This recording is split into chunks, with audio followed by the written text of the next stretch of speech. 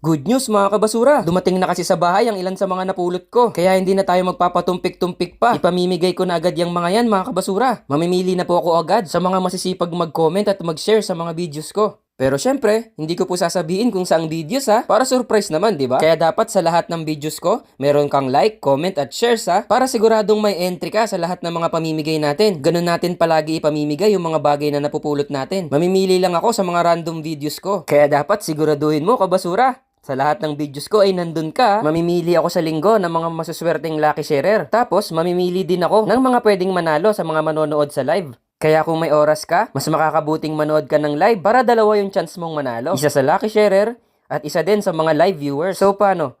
Kita-kits mga kabasura ha? Sa linggo, same time, 6 PM pa rin. Tara, sama-sama nating alamin mga kabasura kung sino-sino yung mga mabibigyan ng mga gamit na napupulot ko. Diyan ngayon nakikisaya din yung anak ko. Tamang pulot din siya oh. Namimigay